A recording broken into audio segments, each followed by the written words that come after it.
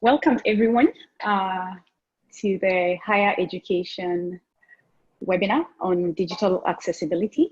My name is Irene Barry-Kurika, the founder and executive director of Enable. Next slide, please. I want to bring to your attention that we do have live captions. And for those who need sign language interpreter, we do have Jack Owiti with us. We also have a Q&A box where you can send in all your questions as the discussions are ongoing. And if you have any questions or you're facing any challenges, just send a message and there'll be someone responding to you immediately.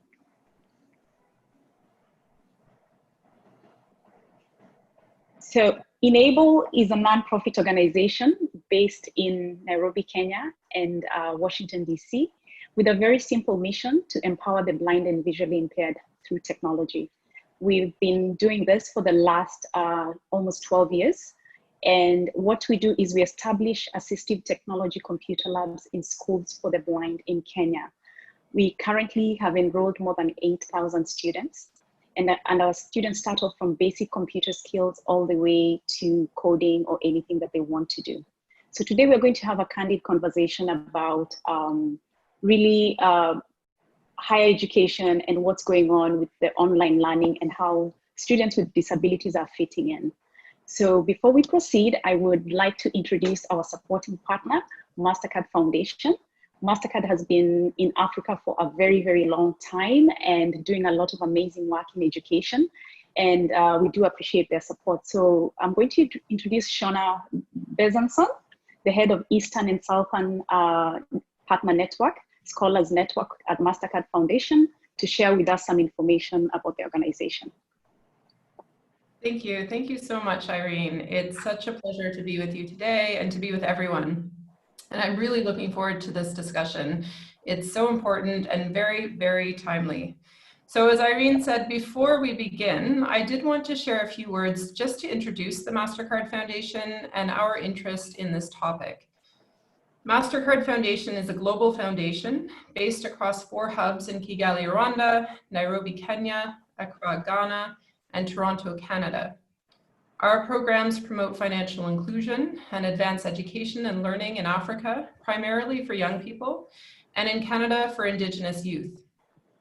Our goal is to enable 30 million young people, particularly young women, to attain work that they see as dignified and fulfilling by 2030. This is our North Star, and it is because we believe that enabling young people to work is a key to unlocking prosperity, and it will ensure inclusive development and economic growth in Africa. We want to build a world where young people are included and are thriving, and their leaderships and contributions matter. So through our work, we bring together civil society actors, private sector, donors, young people, all to create effective systems and infrastructures, as well as supportive policies and an environment where young people can find work and entrepreneurs and small enterprises can be successful and can grow. The Mastercard Foundation Scholars Program is a signature initiative of the Mastercard Foundation. And the goal of the program is a network of transformative leaders driving inclusive and equitable socioeconomic transformation in Africa. To date, the program has committed to supporting nearly 40,000 academically talented, yet economically disadvantaged young people from Africa with access to quality and relevant secondary and university education, as well as support services and leadership development. The Scholars Program is currently expanding to add 15,000 new scholarships at the university level, with a strong focus on marginalized young people. And one of our targets is to ensure that 10% of these new scholarships are awarded to young people with disabilities, and that our university partners have the knowledge, the tools, and the networks to ensure that these young people are successful in their studies, in their leadership, and their eventual transitions to work.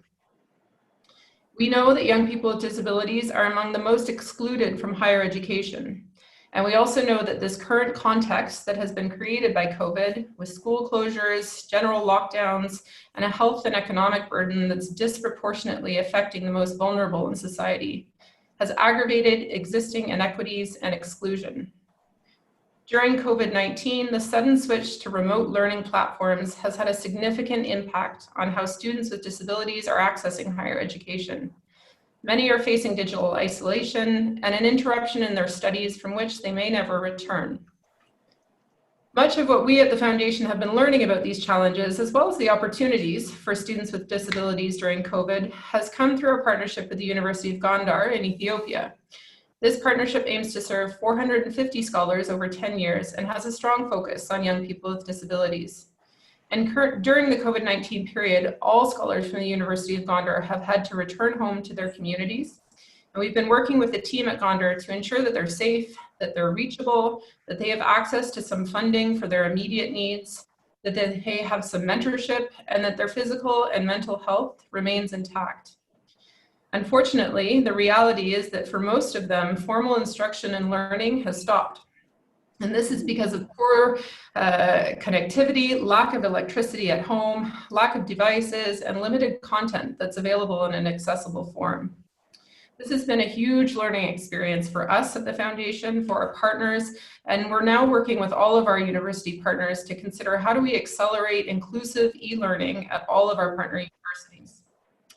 So with this backdrop, I'm really excited for this conversation, to listen, to learn from different perspectives and experiences from students and from institutions, to hear how you've adjusted to ensure digital accessibility as much as possible for all. So thank you, and back to you, Irene. Excellent. Thank you so much for the detailed information about MasterCard. I think I want to encourage everyone to really share the information on the scholarship program so that people with disabilities can apply. We'll be sharing the information as well on our chat and on a follow-up email. I think it's important. What happens, Shona, sometimes is that people want to reach people with disabilities, but they advertise at all the wrong places. And then here we are, people with disabilities don't get to apply. So we will share the link and we hope the people who receive it can also share so that more people with disabilities can apply for this opportunity.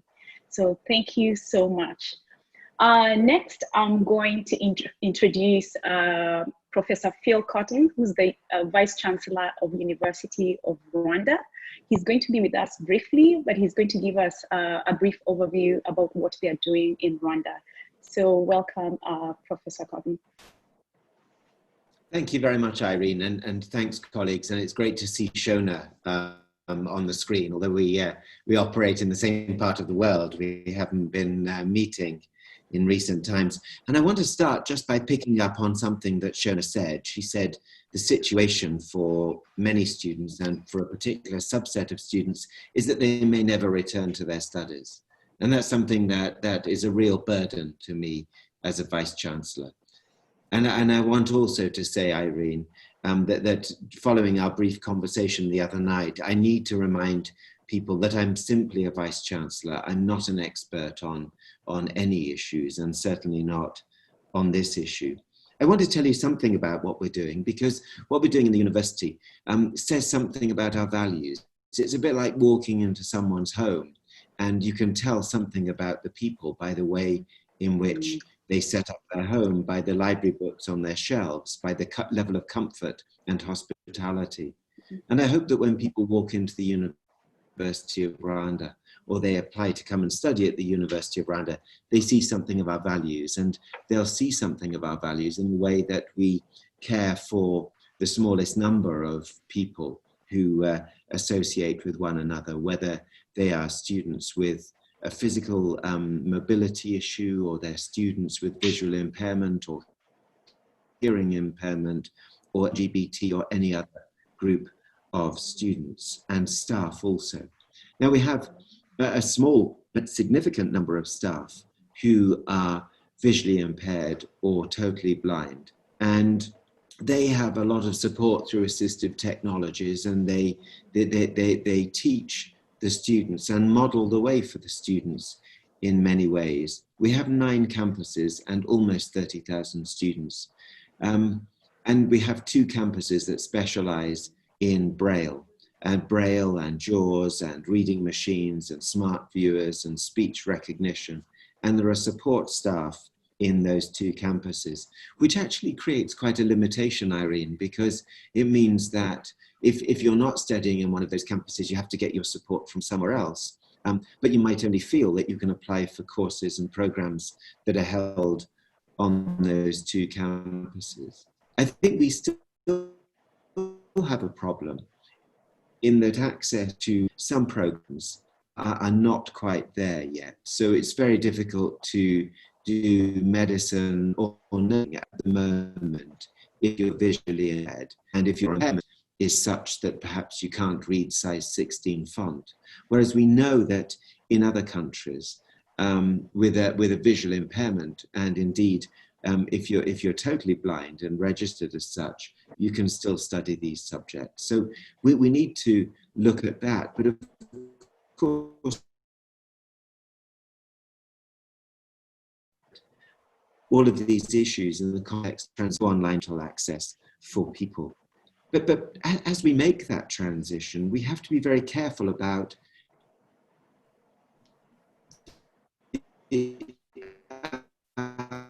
our evolving understanding. And we have to be careful about the fact I've used a form of language and a form of words that's outdated and outmoded. And if that's the case, very sorry about that. Professor Walker, Professor Professor, turn off your video yes. and let's see. Turn off your video and let's see if the connection will be much better. Okay, keep going. How's that? Much better. It's better if you don't look at me, I think, anyway. But I think, we've got students in the university at master's level and PhD actually doing some of their work into these areas. And this is what I want to see more and more in universities, that students do their research in areas that affect the university and the development of the nation, that's really pedagogically anchored. And so there's a recent master's thesis that was published that looked at assistive technologies and the need to teach parents as well as the learners on the use of these technologies, but also to teach academic staff, the people who stand up in front of the class and teach, so that the teachers are familiar with the forms of assistive technologies, but also to teach the administrative staff about this too. And that's something that we're mirroring in our transition to online learning. So making sure that admin staff, the secretaries in departments, understand this as well. But I want to touch on the broader topic, Irene, just before I finish, on learner diagnostics and self-efficacy, and what self-efficacy means for learners. Yet young people learning in our institutions who can regulate their own learning, and they can regulate their own learning towards successful futures because they have a proper and realistic and true version of themselves. And we know that students with visual impairment come to university with lower levels of self-efficacy. And the problem is that if they come to an institution whereby sometimes they've had good assistive technology support at school, they come to university where that support is less, then their self-efficacy goes down. And it's a sudden rush of all sorts of emotions. They get a crisis of confidence, their self-efficacy goes down, and two things happen. One is that their achievement, their optimal achievement, is put at risk. The second thing is that their career maturity is completely undermined. So their aspirations that we can measure using career maturity scales plummets as well. And were that to happen to any young person in our universities, where our main task is to raise the collective confidence of the next generation of young people, were that to happen to anybody through teaching methods, assessment methods, corruption in its many forms in education, then that I believe is an absolute crime. And so I make no distinction between students with visual impairment, students with hearing impairment, and any other students in terms of our rights and their rights and our duties. And let's remember that the right of access to education is essentially and necessarily only ever a right if there's a contingent duty. And the contingent duty is on you and me and Shona and every other person involved in education. And that duty is sometimes a passive duty, but more often than not, it's an active duty. And the active duty is to ensure complete self-efficacy, complete achievement and success, and total and absolute career maturity. So some of the things we're doing in the University of Rwanda, just to wrap up, are not as good as in other institutions. I think one of the things that we have learned working with Shona and MasterCard is a huge degree of humility and a huge degree of self-awareness. And if only universities could become increasingly self-aware of how they actually manage staff and students with disability, we might get somewhere much faster than we have been doing in the last few years. I thank you very much indeed, Irene, for letting me speak and giving me some airtime. And I look forward to listening to other contributors. Excellent, excellent. Yeah. Thank you so much for that feedback, Professor Cotton. The one thing I'll say is change starts with the leadership. So from where you sit, you can transform how the University of Rwanda treats or provides education to people with disabilities. When it comes to digital content, you make sure you have policies that support any content that's going out or curriculum that's being published by the school to make sure that it's accessible in different formats. At the same time, I think you raised an important point. Cost has always been an issue. People look at people with disabilities and say, oh my God, they're only a very small number. Is it really worth the investment?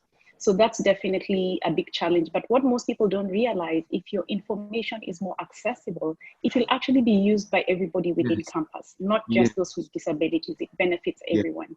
Yeah, so I want to thank you for taking time to come and speak with us. I know you have to rush for your next engagement, but we will continue with the conversation offline. But in the meantime, if anyone has any questions for Professor Cotton or for Shona, who's at the MasterCard Foundation, there'll be people on standby to answer all your questions. So please send your questions in and we are happy to respond. Excellent, thank you. Ari. Thank you.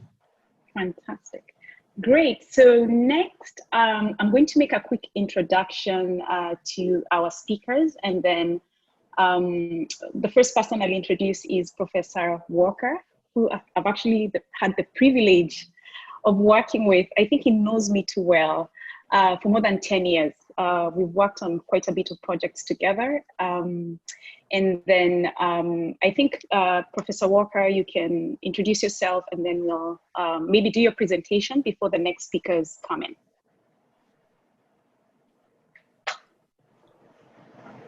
Thank you, Irene. And I think I have control now, but I need to make sure I can actually advance the slides. All right, so my name is, again, Bruce Walker. I'm a professor here in Atlanta in the United States, and you might wonder why I'm even on this call. The topic, of course, is design, inclusive design in Africa. And as Irene was kind of pointing out, I've been involved in projects with her organization for a decade, and I've been to Africa many times and all over Kenya and Ghana and other places. And so I want to just give a few high-level remarks about what's happening in the United States. And I want to preface it first by saying that many of the things that we're doing in the United States in terms of accessibility are laudable and aspirational, but we don't have everything right by any stretch of the means. I want to just cover a few areas for us to think about and go from there. So let's see if I can advance to the next slide. Am I doing that, or is Catherine doing that? Oh, there it is. So the first thing I want us to think about is materials, the content, the things that you think of as textbooks. And in general, they can be made largely accessible. available in multiple formats for people with all different kinds of access challenges. Most of these resources are now born digital. That is to say that we don't have to take a textbook and cut off the spine and scan the pages anymore. We get the sources original. That helps accessibility an awful lot.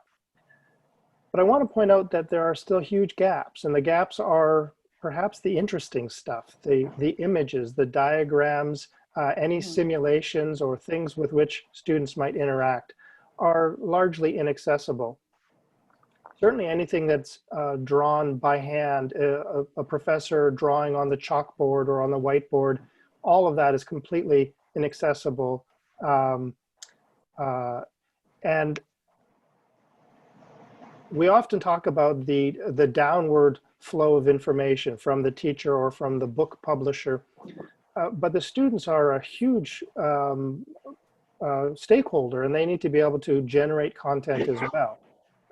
The creation of materials by students remains a real accessibility challenge. And certainly any active things like laboratories or demos are largely still inaccessible, even in the best of times. The next bucket, if you will, is communication. How does the student, the learner, interact with the teacher, with other students? And the advent of technology can really mediate communication in many ways. So regardless of a student or a teacher's challenges, the communication can largely proceed quite effectively now. We've sort of figured out the ecosystem so that students can interact, and technology can really help, whether it's email or screen readers or text-to-speech or various other mechanisms.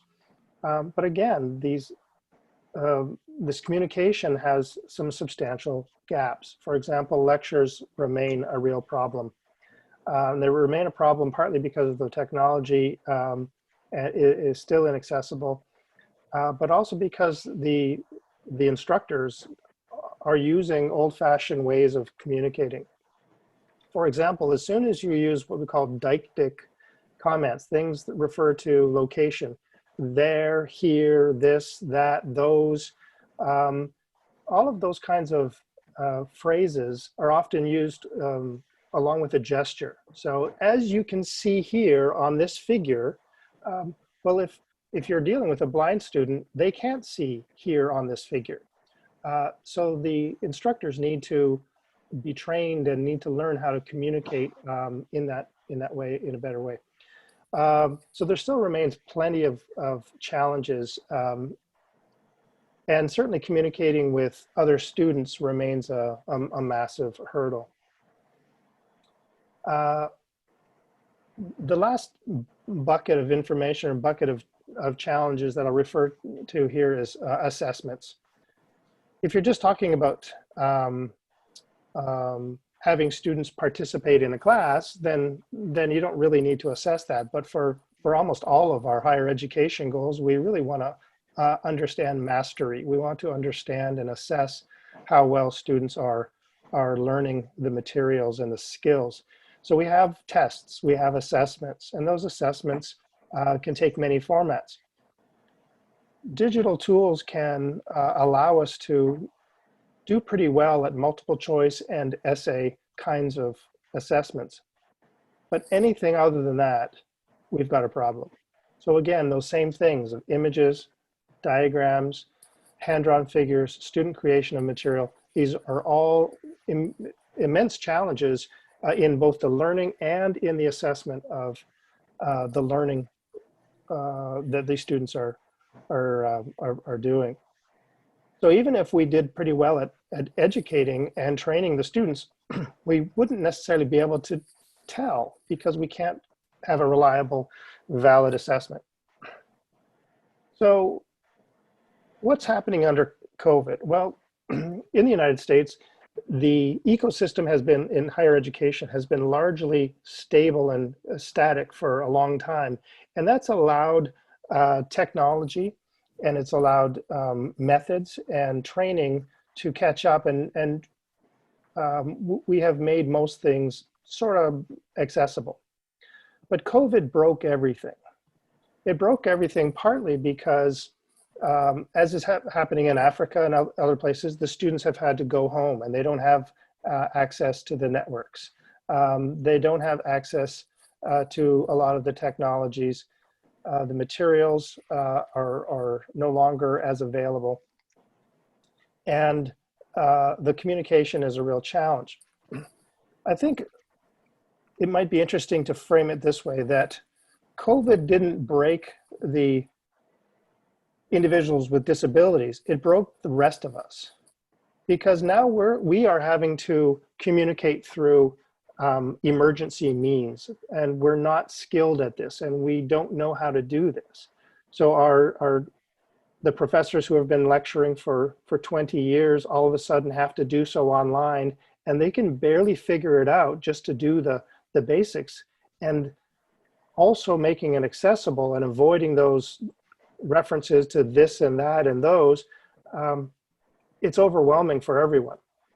So the challenge that has emerged is this reduction in support. The educators, the teachers, the instructors are not able to support the students. In fact, we're making things worse. The technology is not able to support things. In fact, it's making things worse. And the social and technical support that students might get when they're at college, at the university, has evaporated, and students are back home with their parents, and their parents are not able to manage. So a lot of these challenges that we're experiencing in the United States show just how fragile our accessibility ecosystem really is. So what can we do? You know, it's a fairly straightforward kind of call to action. We need to be more prepared for this. We may need to make ecosystems and tools and techniques that are more robust and will not be buffeted by the winds of challenges like a pandemic. We're seeing more flooding events. We're seeing more storms and wildfires, and all of these challenges, all of these events result in the same emergency education. The bottom line here for me really has to be better training, and especially for those of us who are interacting with those who have disabilities. And this reflects on what Professor Cotton mentioned as well. We need to make sure the rest of us and anyone interacting with individuals, with learners with disabilities, that we have the training and the tools that we need to be part of the solution and not part of the problem. So I'll leave it at that, and look forward to further discussion. Thank you so much, Professor Walker. I think it's interesting to just see how, coming from Africa and anyone in Africa, we would expect the US to be doing a fantastic job because you have more than enough technology around. But unfortunately, it seems you have your own share of challenges. At the same time, I think you mentioned an important point on training, and especially in my case, when COVID hit, I got a lot of questions from different people with disabilities, including some professors, just to find out, how do I use Google, or how do I use a certain application? So, and the clear message here was there was an absence of training. So some of the platforms we use have all the accessibility features, but if we don't know that these features exist, then we cannot even be able to serve the students with disabilities in higher education. So thank you so much. We'll move on to the next point. We are going to take a very quick poll. Please look at your mobile phones if you're using a mobile phone, and please answer the very simple question. Do you think the higher education institutions in your country have an understanding of digital accessibility? Do you think the higher education institutions in your country have an understanding of digital accessibility? You can either answer yes, no, or I'm not sure.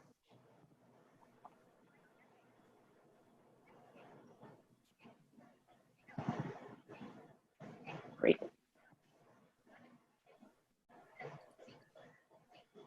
Sarah, I think we can proceed with the answer. let's see what the participants have said.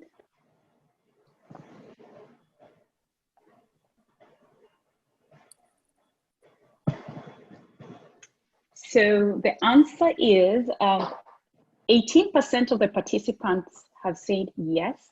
They do think that the higher education institutions in their country have some form of understanding of digital accessibility. 61% said no, and 21% said they're not sure. So thank you so much for participating in our poll. So next, I'm going to bring in our speakers, the next level of panelists. And I'm really, really excited because number one, I have people who I'm sort of connected to. We have Brenda who will introduce herself, John and Princess, and I'll tell you a short story about John as we proceed. So Brenda, go ahead.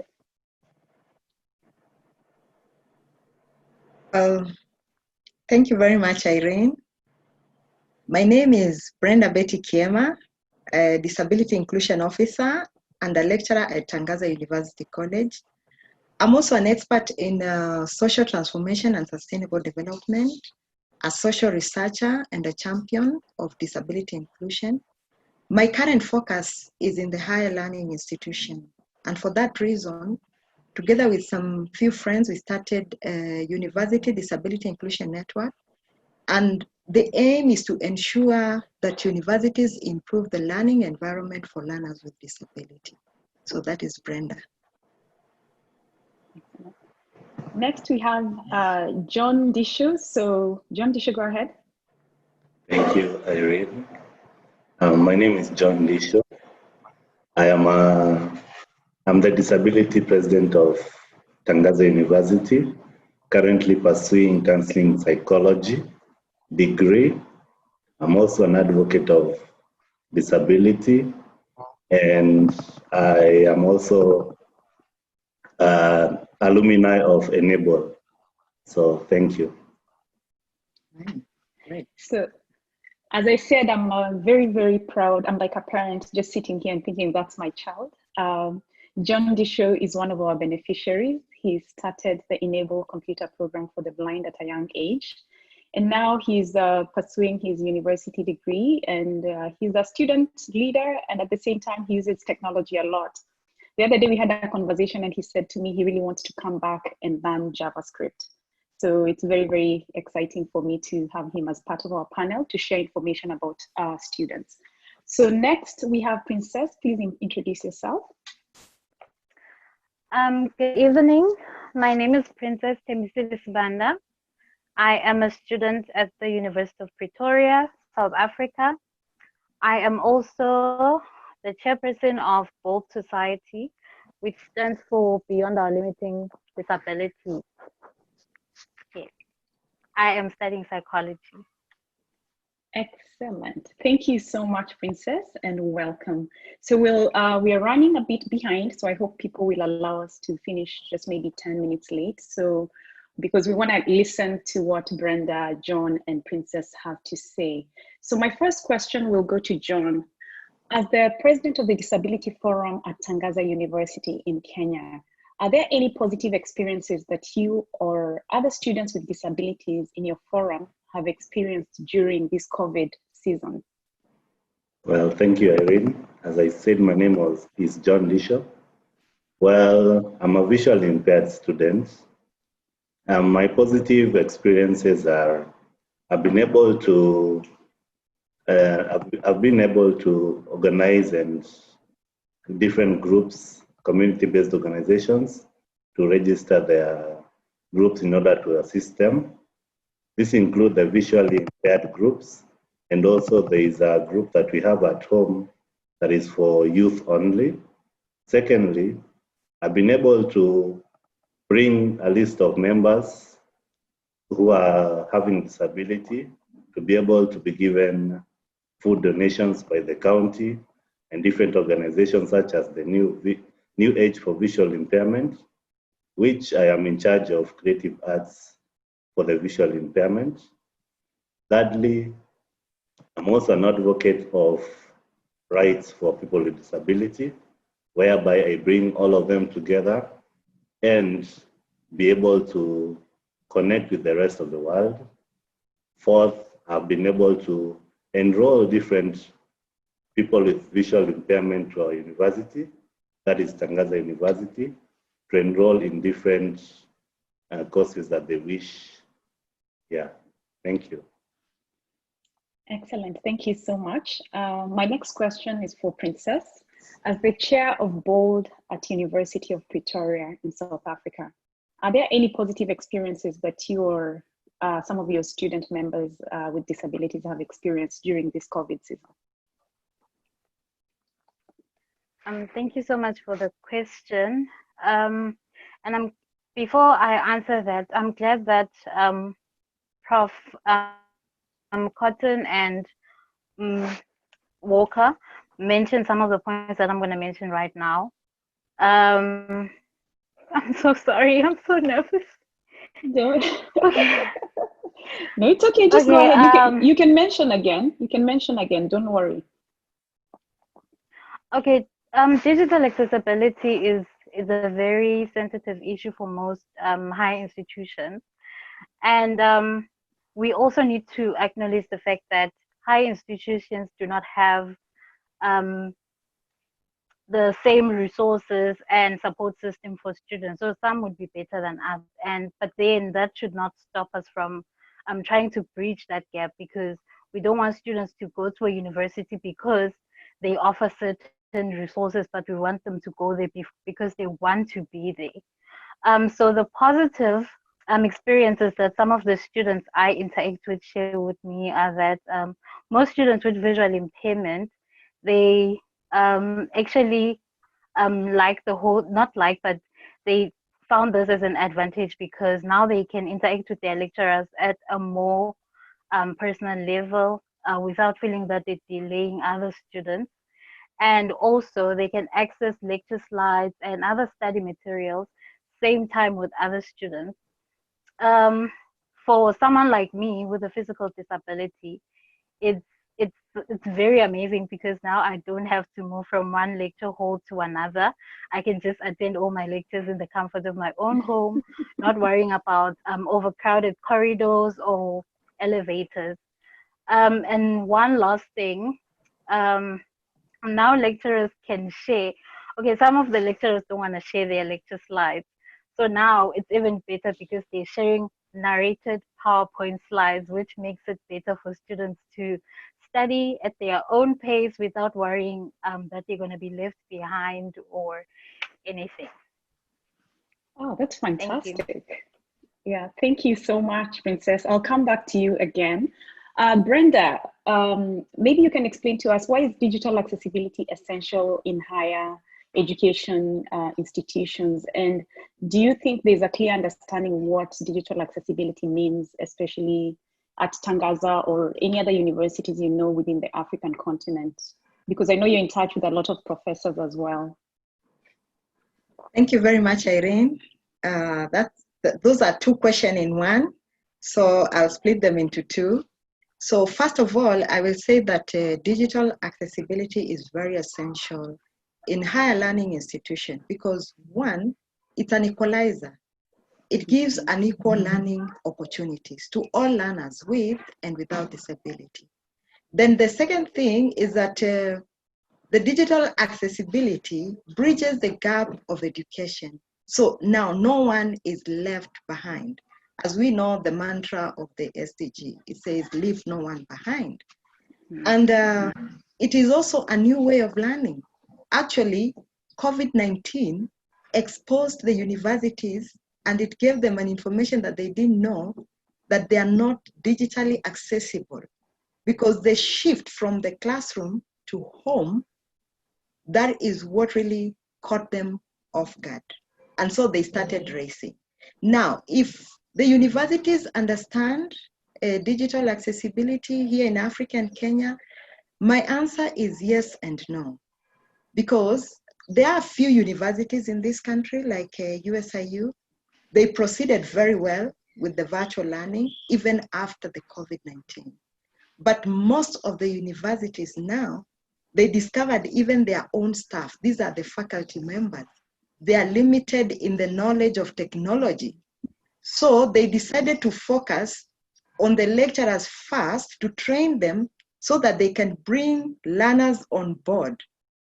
Remember, if the lecturers themselves, they were not prepared for this kind of a pandemic, what about the learners themselves? And more so, the learners with disability. So there were crash programs, there was a lot of confusion. That shift made the universities now to decide to use the existing platforms, because I think they discovered their own websites, which have been designed for their own use, was not ready for the shift. So now they started using Google Meet, Zoom, Microsoft Teams, because that was the quick solution to make sure that the learning has continued. Irene. Thank you so much for the input. That's really good information. My next question, I think I'll go back to John. John, can you explain if there are any challenges that students with disabilities are facing in Kenya, especially when it comes to online learning? What are some of the experiences you're having that you think we need to come up with some solutions? Okay, thank you, Irene.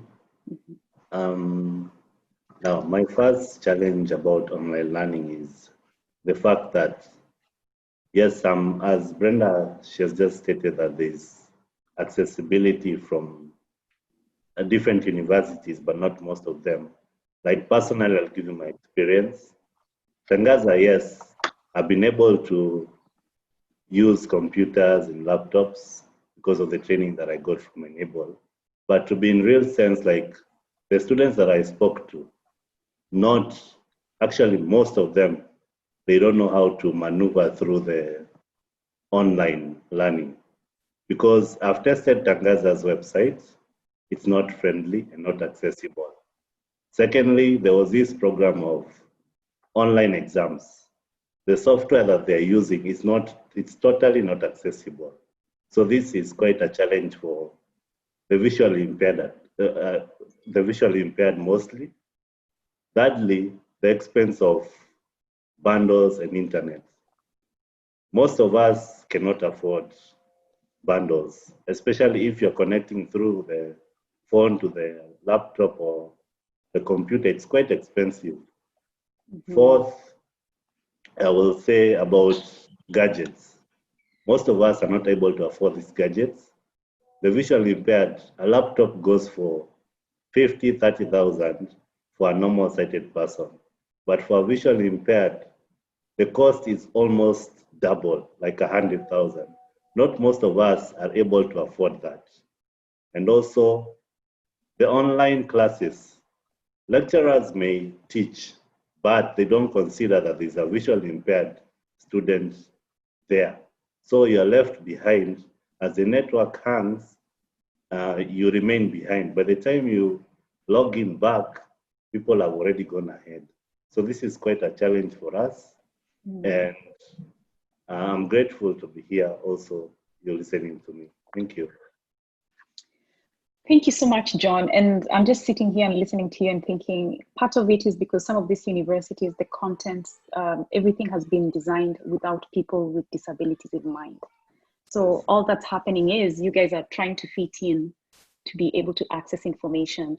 And the other problem you'll find when people are solving the issues, they forget to bring the people with disabilities together to actually solve the issues, because you will not understand my needs unless I'm part of the process.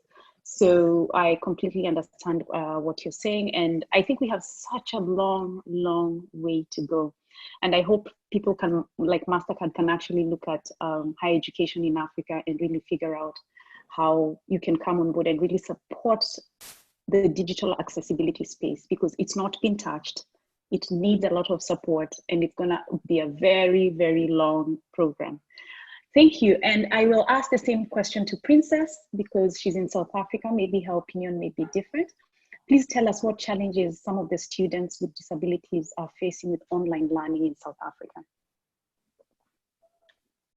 I would say some of the challenges that John mentioned are also faced by students this side in South Africa, but I'd like to focus mostly on psychosocial and neurological disabilities.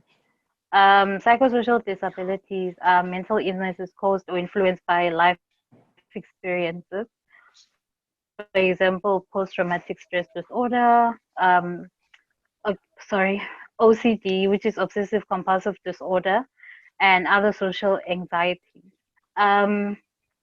So these disorders are mostly triggered by home situations. So now with COVID, students had to go back to those situations, and now they have to also be able to study. It doesn't work for them, so they just can't cope mostly with their studies.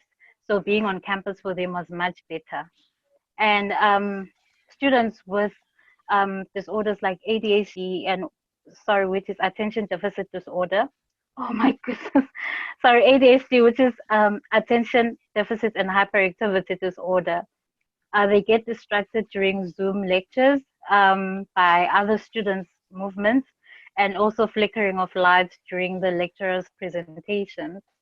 And persons with autism, because they get used to a certain routine, now that routine was disturbed because they had to move from residences back at home and try to be at home and back to you.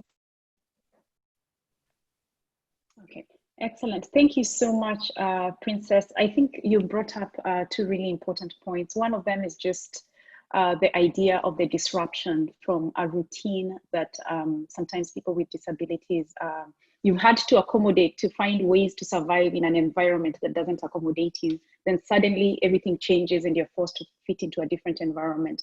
That's one point. The second one is actually, I believe, a conversation I had with Professor Walker, and he can say something on it, about the disruption that happens, especially for people with different types of disabilities, especially ADHD and all that. And I think Professor Walker, we discussed the idea of your students, you're in class and you have maybe 20 or 30 students on the screen and people are doing different things, and what a disruption it is to you as a person without a disability. But Princess brought in the idea of it's such a disruption, the movement and everything is such a disruption for a person with a disability. Can you comment on that briefly, Professor Walker? Absolutely. I'll talk first briefly about the changing task. So by going online, by going digital, we are also dividing our attention. So you have to look at the chat window, you have to look at the video, you have to pay attention to the audio, and you have email, and you have all these other channels now simultaneously.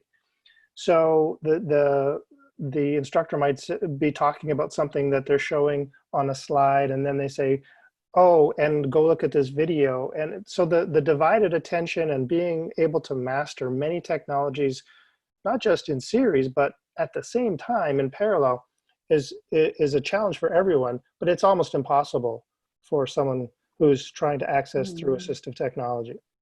And anyone who has learning challenges or attention deficit or any of these other kinds of cognitive challenges are in a real pickle.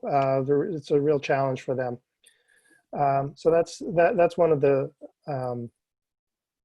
unintended consequences of having digital. We try to do too much all at once. Yeah, thank you. Thank you so much. I think there's so much in this technology space for us to learn, and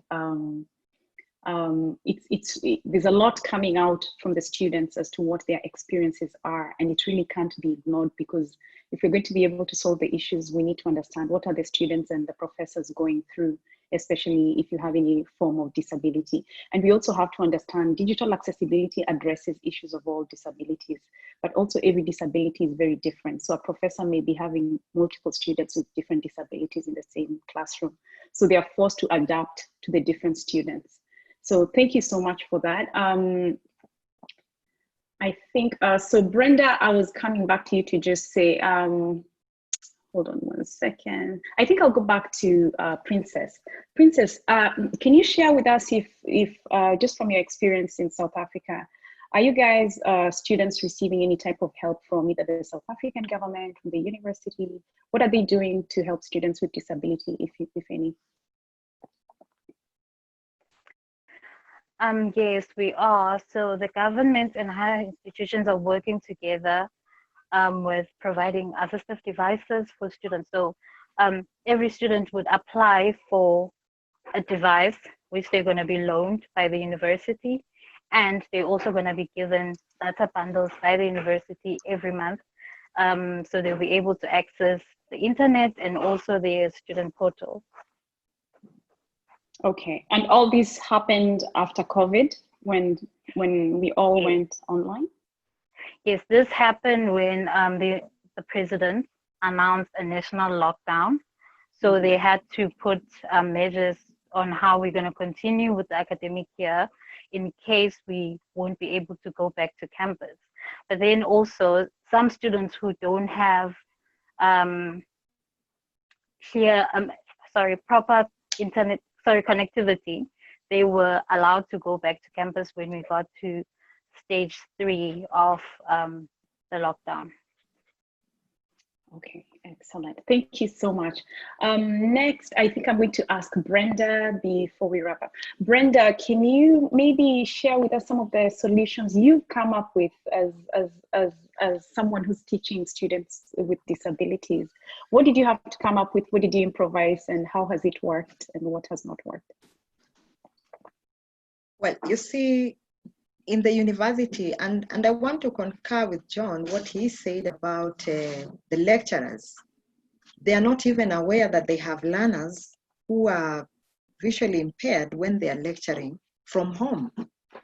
They are using slides. They are not even describing the images. It's like they're just doing it the way they used to do it in a traditional way when they are in class. Now, for myself, if I may just give a briefing on what I did the last few months when we shut down due to COVID.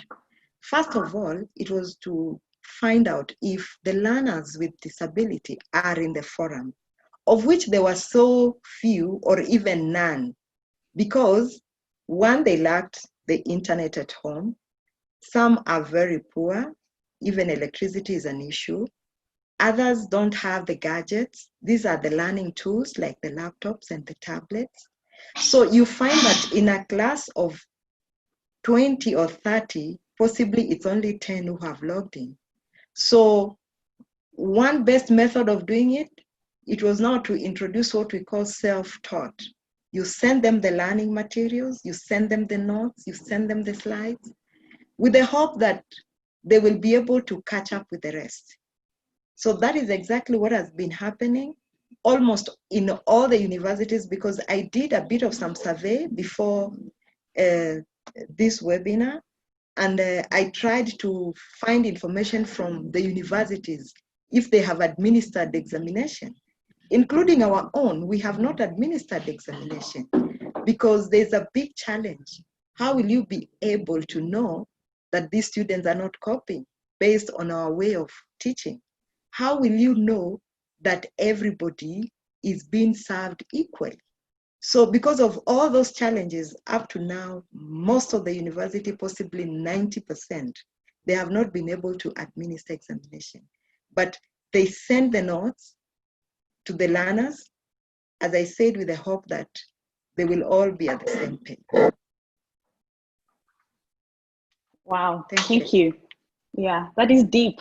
Thank you so much. And that's why I keep saying we have such a long way to go. Like there's so many issues that need to be addressed in the tech inclusion space. But I'm glad to see you're doing the best you can with the resources that you have at hand. Our last question will go to Professor Walker. Could you please share with us your top 3 tips or considerations for higher education institutions looking to make their digital learning platforms accessible to students with disabilities? For me, the top consideration is a commitment at the highest level that this, we believe, all students deserve and have the right to an education. And if that is explicit at the very top of the organization, the top of the university, then all things can follow from that. So if if there's a policy statement from the very highest level, that will go a long way. The second thing is to then empower people to act on behalf of the students to make this policy a reality. So for almost the entire history of accessibility and assistive technology and digital education, we have put the onus on the person with disability. We have put the onus on the learner to say, well, you have the technology, you figure it out, and you access my slides, you access my material, you access my lecture in whatever way works for you, and it's your business. That's wrong.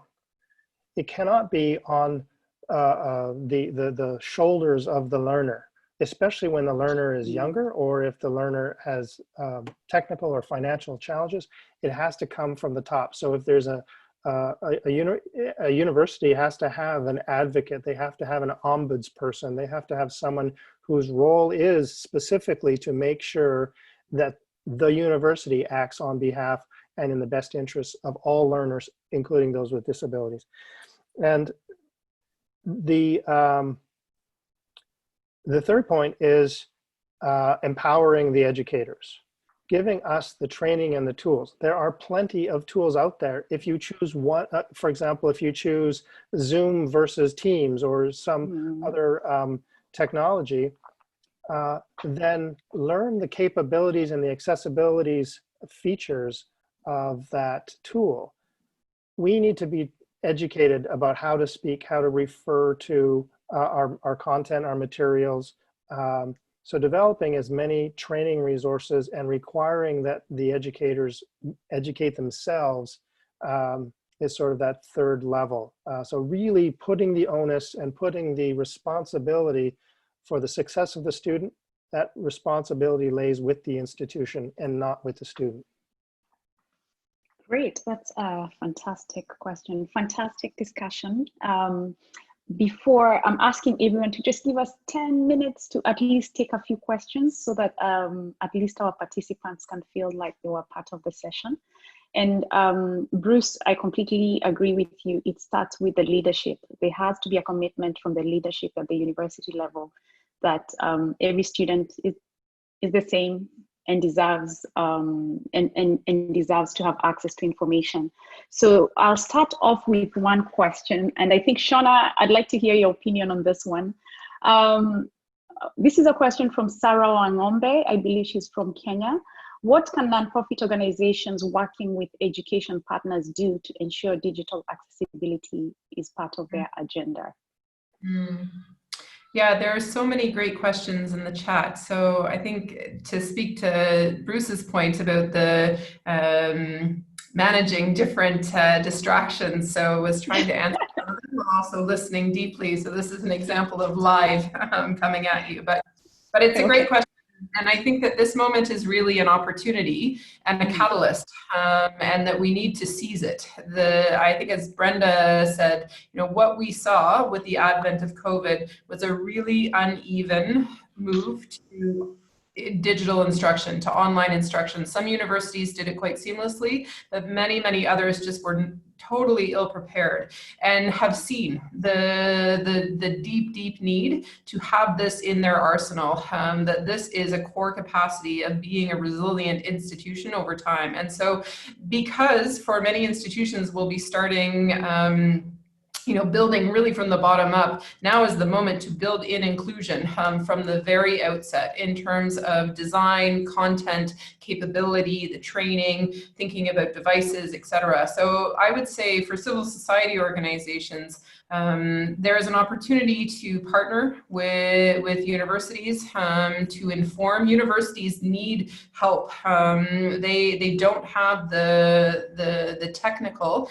knowledge and capability for for the most part, and I think we'll be hungry for that. So I think looking for partnerships, looking for opportunities, keeping this on the agenda, and then really forming coalitions to continually advocate and to build that evidence and insight of what does it take to build digital accessibility at higher education institutions. This is a real moment to seize, and certainly the MasterCard Foundation is very committed to working alongside partners, civil society organizations, as well as universities in the long term, so that we can build back better and that we can learn from this experience and really build in inclusion from the outset. Thank you, thank you. And just to follow up with what you've said, from my experience in working in this space for more than 12 years, the one thing I found, and Bruce, you know, part of this is it was very, very difficult to get the donor agencies, the big organizations that provide funding for projects to universities, to schools, to actually even make a commitment to funding disability, or even make it worse if you try to sell disability and technology. That's a language that no one was listening to.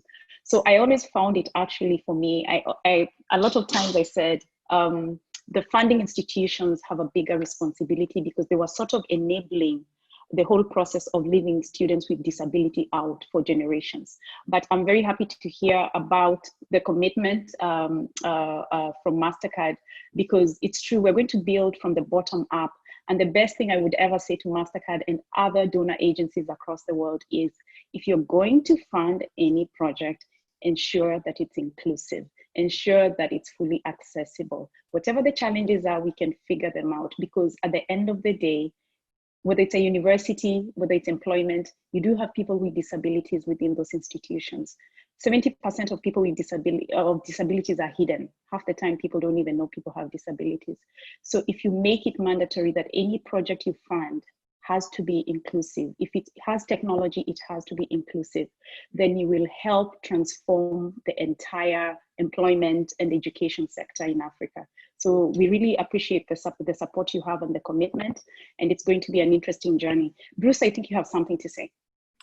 I did want to follow up and say that I think there's a lot of well-intentioned leaders that are, first of all, they just don't have the knowledge. And so exactly what we were just hearing about training university leaders and corporate leaders.